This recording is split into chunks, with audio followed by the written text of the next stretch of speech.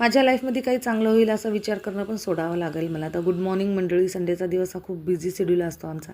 तर इथं आमच्या घरी सकाळी-सकाळी 2 पाहुणे आल्या होत्या म्हणजे चिमुरड्या खेळण्यासाठी. तर ही आहे सानवी, तुम्ही हिला पाहिलंच असेल, आणि ही तिची बहीण हिंदवी श्रेयासोबत खेळायला आल्या होत्या. आता रविवार असलं ना की मुलं खूप उशिरा उठतात आणि त्यांच्या मनानेच कामं चालू होतात.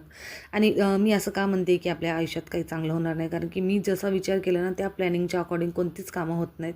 संडे होता आणि सगळ्या गोष्टी व्यवस्थित हळूहळू चालू होत्या. एक टाईमचा स्वयंपाक झाला होता माझा.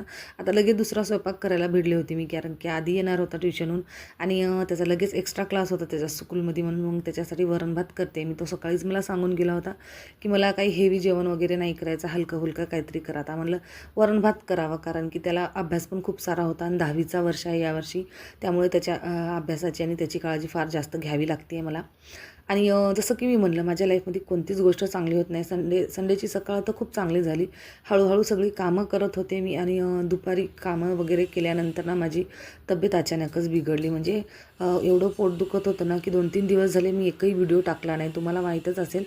त्यामुळे मग आता हा माझ्याकडे व्हिडिओ संडेचाच आहे, तोच मी आता एडिट करून टाकते.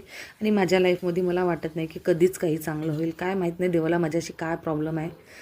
तर चला असू दे, आता देव जे करतात ते चांगलंच करतात असं म्हणतात. पण बघूयात आता यामध्ये पण आपलं काही चांगलं लपलेलं असेल तर आपल्याला सांगता येत नाही, कारण की भविष्य कोणालाच माहीत नसतं.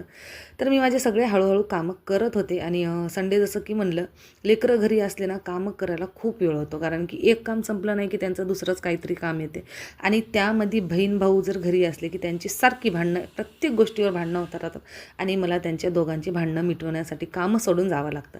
तसं हे दिवसभरच चालूच राहते. आणि हां, तर दसरा आता सगळीकडे चालू होता आणि आमच्या घरी काही घटं वगैरे नसतात. पण मी सगळी क्लिनिंग आता गणपतीच्या वेळेसच केली होती. म्हणलं थोडंसं टचअप करून घ्यावा, कारण की थोड्याशा जाळ्या वगैरे दिसत होत्या मला दरवाज्यावर, खिडकीवर, म्हणून मी सगळी झाडझूड करून घेतली. मग नंतर ठरवलं की आता मुलं जर असे त्याच्या कामात बिझी आहेत, आपण घर क्लीन करून घ्यावं. तर व्यवस्थित सगळ्या फरशा वगैरे पुसून घेते आणि भांडे तर एवढे पडले होते आणि त्यामध्ये एक्स्ट्रा मी देवाचे भांडे पण काढले होते. आणि थोडा बॅकग्राऊंडमध्ये आवाज येतो, सॉरी त्याच्यासाठी. आणि कामं करता करता 4 कधी वाजले